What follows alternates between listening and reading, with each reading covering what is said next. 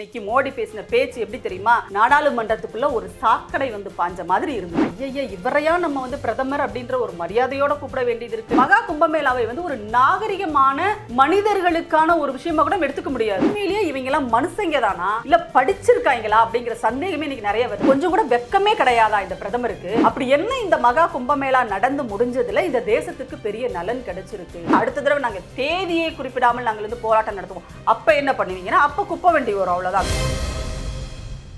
அனைவருக்கும் வணக்கம்.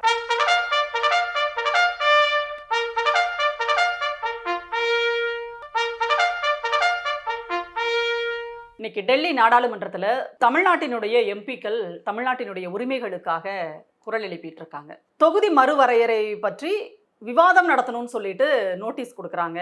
இன்னொரு பக்கம் பார்த்தீங்கன்னா இந்தி திணிப்புக்கு எதிராக, மும்மொழி கொள்கைக்கு எதிராக அங்கே வந்து பேசுகிறாங்க, அதுக்காக அனுமதி கேட்குறாங்க. ஆனால் தொடர்ந்து அவர்களினுடைய அந்த கோரிக்கைகள் நிராகரிக்கப்பட்டுட்டே வருது அப்படிங்கிறதை நம்ம பார்த்துட்டு இருக்கோம். மாநிலங்களவையில் மதிமுகவினுடைய பொதுச் செயலாளர் திரு வைகோ அவர்கள் வந்து ஆவேசமாக பேசுறதை நம்ம வந்து பார்த்தோம் தொலைக்காட்சிகள். அதாவது மும்மொழி கொள்கைக்கு எதிராக, இந்தி திணிப்புக்கு எதிராக அவர் பேசிய அந்த பேச்சையும் நம்ம கேட்டோம். இப்படி ஒவ்வொரு உறுப்பினர்களும் தமிழ்நாட்டில் இருந்து போயிருக்கிற நாடாளுமன்ற உறுப்பினர்கள் தமிழ்நாட்டினுடைய உரிமைக்காக, அதாவது மொழி குறித்த அந்த போராட்டம் அப்படிங்கிறது வெறுமனே தமிழ்நாட்டிற்கான விஷயமாக மட்டும் இல்லாமல் அது ஒட்டுமொத்த இந்தியாவின் உரிமைக்கான, இந்திய மாநிலங்களினுடைய மொழி உரிமைக்கான குரலாக இன்றைக்கு தமிழ்நாட்டினுடைய நாடாளுமன்ற உறுப்பினர்கள் அங்க பேசிக்கிட்டு இருக்காங்க. இன்னொரு பக்கம் காங்கிரஸ் கட்சியினுடைய தலைவர்களில் ஒருவரான சோனியா காந்தி அவர்கள் வந்து மகாத்மா காந்தி தேசிய 100 நாள் வேலை திட்டம் இருக்கு இல்லையா, ஊரக 100 நாள் வேலை திட்டம், அதற்கான நிதியை நீங்க அதிகரிக்கணும்னு சொல்லிட்டு ஒரு கோரிக்கையை வந்து நாடாளுமன்றத்தில் வைக்கிறாரு. இன்னொரு பக்கம் பார்த்தீங்கன்னா உச்சநீதிமன்றத்தினுடைய முன்னாள் தலைமை நீதிபதிகள் யூ லலித் ஷா போன்றவர்கள் எல்லாம் ஒரே நாடு ஒரே தேர்தல் இதற்கு எதிரான கருத்துக்களை வந்து அந்த குழுவிலேயே வந்து அவங்க பதிவு செய்கிறாங்க.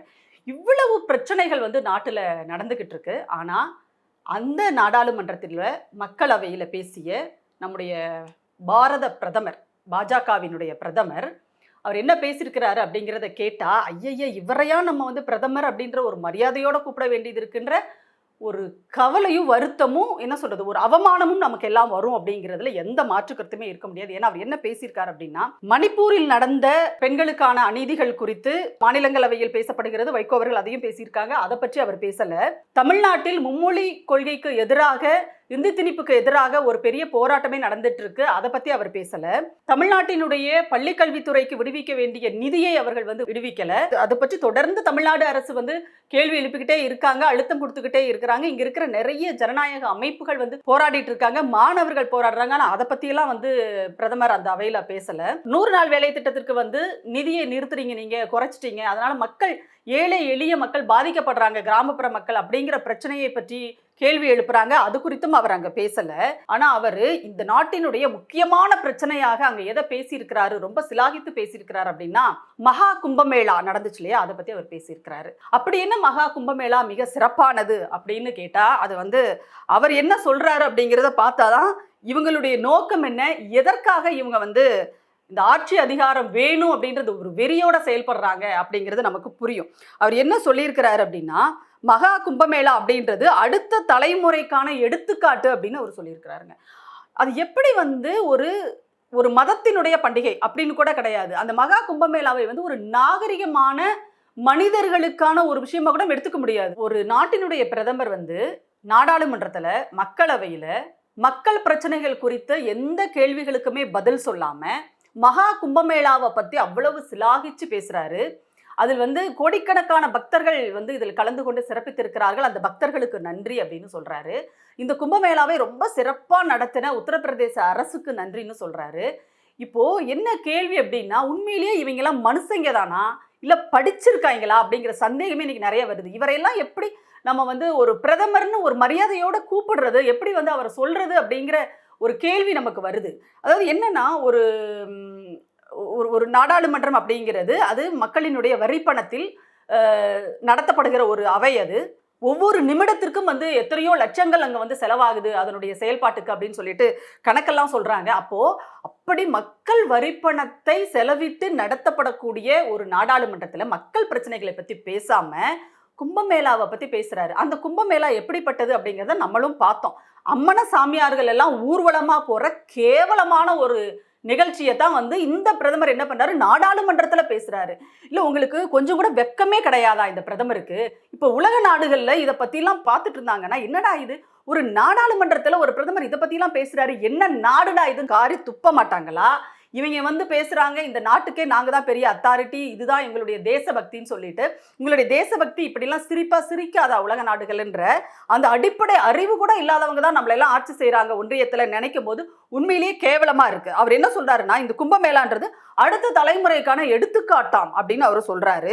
இன்னொன்னு என்ன சொல்றாருன்னா, தேசத்திற்கு புதிய திசையை வந்து இது வழங்கி இருக்கிறது அப்படின்றாரு. எது இந்த அம்மனசாமியார்கள் வந்து ஊர்வலமா போற கும்பமேளா. அதுல இன்னொன்னு வந்து அவர் என்ன சொல்றாருன்னா, மிகப்பெரிய இலக்குகளை நோக்கிய தேசிய நலனின் அடையாளமாக மகா கும்பமேளா விளங்கியது அப்படின்றாரு.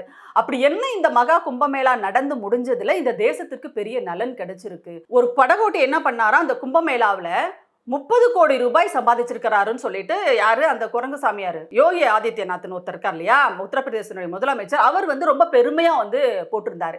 ஆனா என்னன்னா, அவர் படகோட்டி கிடையாதுங்க, 136 படகுகளை வைத்திருக்கின்ற ஒரு பெரும் முதலாளி. அவர் வந்து 30 கோடி ரூபாய் சம்பாதிச்சிருக்காரு. இதை வந்து என்னமோ ஒரு சாதாரண படகோட்டி, என்னமோ ஒகேனக்கல்ல வந்து பரிசல் ஓட்டுறவர் மாதிரி அவர் பேசிட்டு இருக்காரு. அந்த படகோட்டி வந்து 30 கோடி ரூபாய்க்கு வந்து சம்பாதிச்சிட்டாருன்னு சொல்லிட்டு. ஆனா என்ன நடந்துச்சுன்னு தெரியும்ல, அதுக்கு செம்மையா ஆப்பு வச்சுட்டாங்க நம்மளுடைய நிதியமைச்சர் நிர்மலா சீதாராமன். அவங்க என்ன பண்ணிட்டாங்க, ஓ 30 கோடி ரூபாய் ஒருத்தன் சம்பாதிச்சிட்டானா, எப்படிதான் நம்ம கண்ணுக்கு மாட்டாம போனா இவன் சொல்லிட்டு 12 கோடி ரூபாய்க்கு மேல வரியா போட்டு தீட்டி விட்டாங்கன்னு வச்சுக்கோங்களேன். இந்த லட்சணத்துல அவர் சொன்னாருல்ல, அந்த கும்பமேளாவை பத்தி தான் பிரதமர் வந்து பேசியிருக்கிறாரு. அப்ப இதுதான் வந்து இவங்களுடைய தேசிய நலன். ஏன்னா தேசத்துக்கு 12 கோடி ரூபாய் வந்து அதுல வரியா கிடைச்சிருக்கு, அதுதான் வந்து தேசிய நலனா அப்படின்னு நமக்கு தெரியல.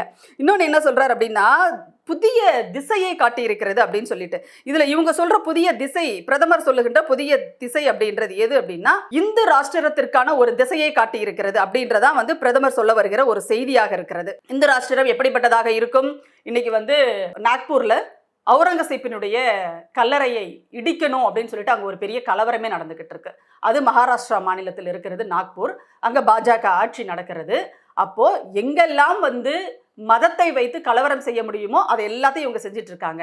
ஏன்னா இவர்களுடைய இலக்கான இந்து ராஷ்டிரத்தை அடைவதற்கு இதெல்லாம் தடையா இருக்குதாமா. ஏதாவது சிறுபான்மையினரினுடைய அடையாளங்கள் இது எல்லாத்தையும் அழிக்கணும்ன்ற ஒரு முடிவோடு அவங்க இருக்காங்க. இப்போ எல்லா பேரையும் மாற்றி தொலைச்சிட்டாங்க, ஊர் பேரெல்லாம் மாற்ற ஆரம்பிச்சிட்டாங்க. ஏன்னா இஸ்லாமியர்களினுடைய அடையாளமாக முகலாயர்கள் காலத்தில் வைக்கப்பட்ட பெயர்கள் இதெல்லாம். அதனால் அது எல்லாத்தையும் நாங்கள் வந்து எடுக்க போகிறோம். இந்த நாடு வந்து ஒரு இந்து ராஷ்டிரம், அதை நோக்கிய செயல்பாடுகள் தான் இதில் இருக்குது. அதை தான் வந்து பிரதமர் மோடி என்ன பண்ணுறாருன்னா, இந்த மகா கும்பமேளா அப்படின்ற இந்த திருவிழா அப்படிங்கிறது இந்து மதத்தினுடைய இந்து ராஷ்டிரத்தினுடைய இலக்கை அடைவதற்கான புதிய திசையை காட்டுகிறது அப்படின்னு சொல்றாரு.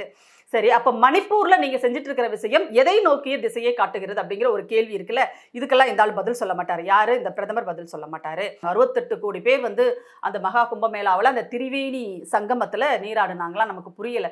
அந்த இடமே பாத்தீங்கன்னா ரொம்ப ஒரு சிறிய பகுதி தான் சொல்றாங்க. அதுல போய் 68 கோடி பேர் வந்து நீராடுறாங்கன்னு சொன்னா, இதுல வந்து இவங்களுக்கு சுத்தம்ன்றது என்ன சொல்றது, ஒரு பேருக்கு கூட என்னன்னு தெரியாது அப்படின்றதா நமக்கு புரியுது. அந்த 68 கோடி பேர் அப்படின்னா இந்தியாவினுடைய மக்கள் தொகையே வந்து 140 கோடி அப்படின்னா அந்த 3/4 பேர் வந்து திரிவேணி சங்கமத்துக்கு போயிட்டாங்களா என்ன? இதை பத்தி இவ்வளவு சிலாகிச்சு பேசுறாரு ஒரு பிரதமர். அப்ப அதுல செத்து போனவங்களெல்லாம் இவர் வந்து கணக்கிலேயே எடுத்துக்கல. சரியா?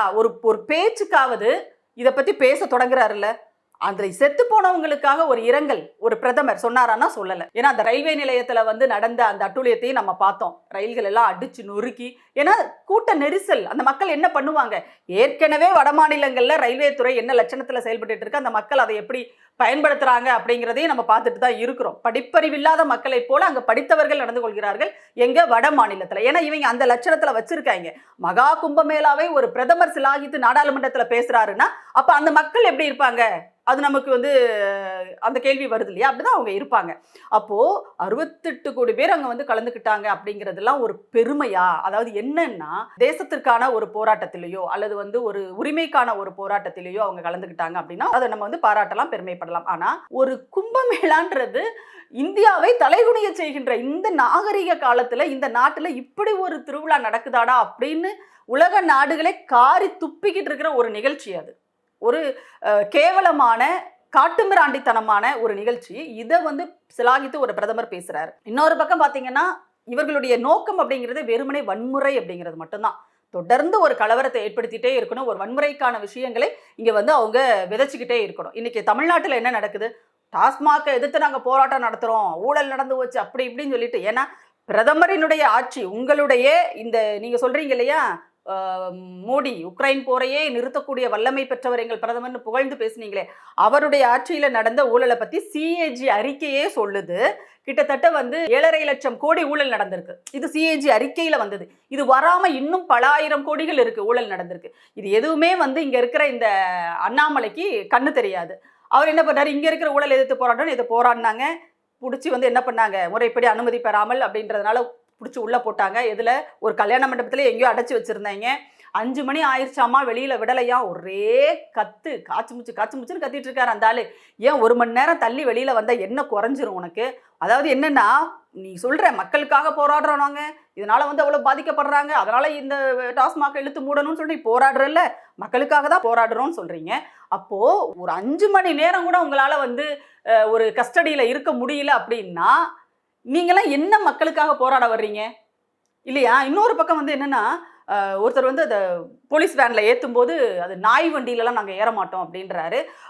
கரெக்டாக கொண்டு போயிருக்காங்க வண்டிங்கிறது வேற, அது வேற. யாருக்கு என்ன செய்யணுமோ அதை தானே வந்து செய்வாங்க இல்லையா? அவங்கவுங்க என்ன சொல்றது, அவங்களுக்கான தகுதி என்ன அப்படிங்கிறத வச்சு தான் எல்லாமே கிடைக்கும். அப்போ நாய் வண்டியிலலாம் நான் ஏற மாட்டேன்னு சொல்லிட்டு ஒருத்தர் என்ன பண்ணுறாரு, தகராறு பண்ணுறாரு. மரியாதையாக அந்த வண்டியில் ஏறி போயிருந்தா கூட இது பெரிய பிரச்சனையாக வெளியில் தெரிஞ்சிருக்காது. அந்த ஆள் அதை நாய் வண்டின்னு சொல்ல போக மீம்ஸும் அதுவும் இதுவும் போட்டு தள்ளிட்டாங்க. இவர் என்ன சொல்றாரு அண்ணாமலை, அடுத்த தடவை நாங்கள் தேதியை குறிப்பிடாமல் நாங்கள் வந்து போராட்டம் நடத்துவோம். அப்போ என்ன பண்ணுவீங்கன்னா, அப்போ குப்பை வண்டி வரும், அவ்வளோதான், வேற ஒன்றுமே கிடையாது இதில். அப்போ ஒன்றும் நீங்கள் இங்கே வந்து கிழிக்க முடியாது. சரியா? என்ன சொல்றாரு, காவல்துறையை இனிமேல் நாங்கள் தூங்கவே விட மாட்டோம். காவல்துறை, தமிழ்நாடு காவல்துறை இனி தூங்கவே முடியாது. இதெல்லாம் ஒரு அரசியல் கட்சியோட தலைவன் பேசுகிற பேச்சா? அப்போ உங்களுடைய நோக்கம் என்ன? தமிழ்நாட்டுல காவல்துறையை நாங்கள் இனிமேல் தூங்கவே விட மாட்டோம் அப்படின்னா என்ன அர்த்தம்? நாங்கள் ஏதாவது ஒரு கலவரம் பண்ணிட்டே இருக்க போறோம், அதுதான் எங்களுடைய திட்டம் அப்படின்னு அண்ணாமலை சொல்றாரு. இதை வந்து யாரு கவனத்துல எடுத்துக்கணும்னா, தமிழ்நாடு அரசு கவனத்துல எடுத்துக்கணும், காவல்துறை இதில் கவனத்துல எடுத்துக்கணும். அப்போ அண்ணாமலை என்பவர் வந்து ஒரு கண்காணிப்புக்கு கீழ் வைக்கப்பட வேண்டிய ஒரு தீவிரவாத போக்குடைய ஒரு நபர் அப்படிங்கிறத வந்து ரெக்கார்ட் பண்ணணும். ஏற்கனவே அதாவது என்ன சொல்லுவாங்க நம்ம ஊர்ல, சும்மாவே ஆடுவான் அதுல சலங்கையும் கட்டி விட்டா அப்படின்னு சொல்லுவாங்கல்ல, அந்த மாதிரி இந்த பாஜக காரங்க எங்க பார்த்தாலும் எப்ப பார்த்தாலும் ஏதாவது ஒரு பிரச்சனையை, ஏதாவது ஒரு வன்முறையை ஏற்படுத்திட்டே இருக்கணும்ன்றதான் அவங்களுக்கு சொல்லப்பட்ட பாடம். அப்படிதான் அவங்களை மோல்டு பண்ணி வச்சிருக்காங்க. அப்படிப்பட்ட ஒரு சூழல்ல அதுவும் தமிழ்நாடு பாஜகல பார்த்தீங்கன்னா ஒரே ரவுடி கும்பலா இருக்கு. ஏதாவது ஒரு கட்சியில இப்படி சிறையிலிருந்து ஜாமீன்ல வந்தவங்க, வெளியில தப்பிச்சு ஓடி வந்தவங்க, கொலை செஞ்சவங்க, கஞ்சா கடத்தினவங்க, பிள்ளைகளை கடத்தினவங்க, பொம்பளைங்க பிரச்சனையில மாட்டினவன், இத்தனை பேரையும் கொண்டு போய் ஒரு கட்சியில வச்சிருக்காங்க. அப்படின்னா எதுக்காக வச்சிருக்காங்க? கலவரம் செய்யறதுக்காக தான். அதை இன்னைக்கு அவர் வெளிப்படையாவே வந்து இந்த அண்ணாமலை சொல்லியிருக்கிறாரு, நாங்கள் அதற்கு தயாரா இருக்கிறோம், அதை தான் நாங்கள் செய்ய போறோம், அதனால இனிமேல் தமிழ்நாடு போலீஸை நாங்கள் தூங்க விட மாட்டோம் அப்படின்னு சொல்லிட்டு சொல்றாரு.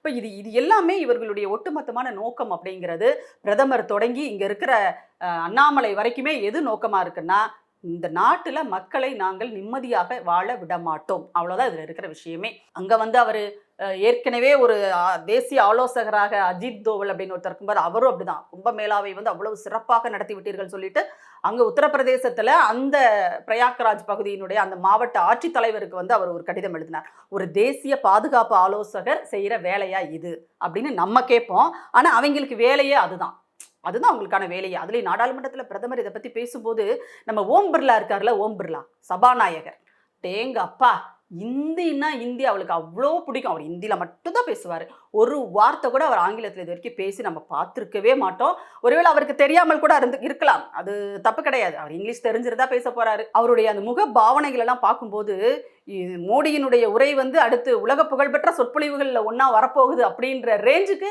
அந்த ஓம் பிர்லா அவை தலைவர்களுடைய அந்த முக பாவனைகளை நம்ம பார்க்க முடியுது.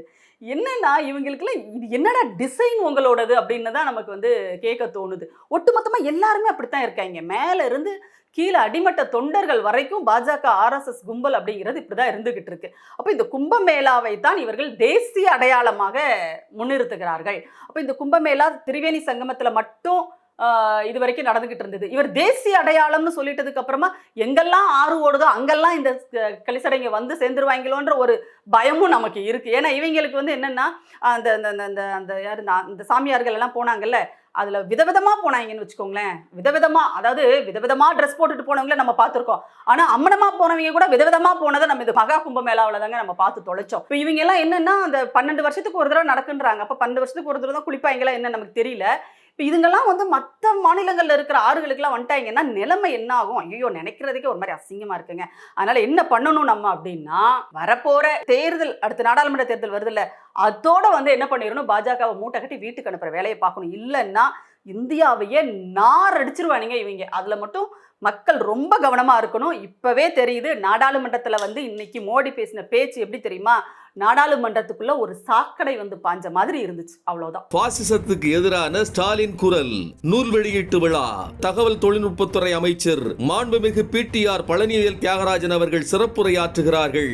19/3/2025 புதன்கிழமை, அன்பகம், தேனாம்பேட்டை.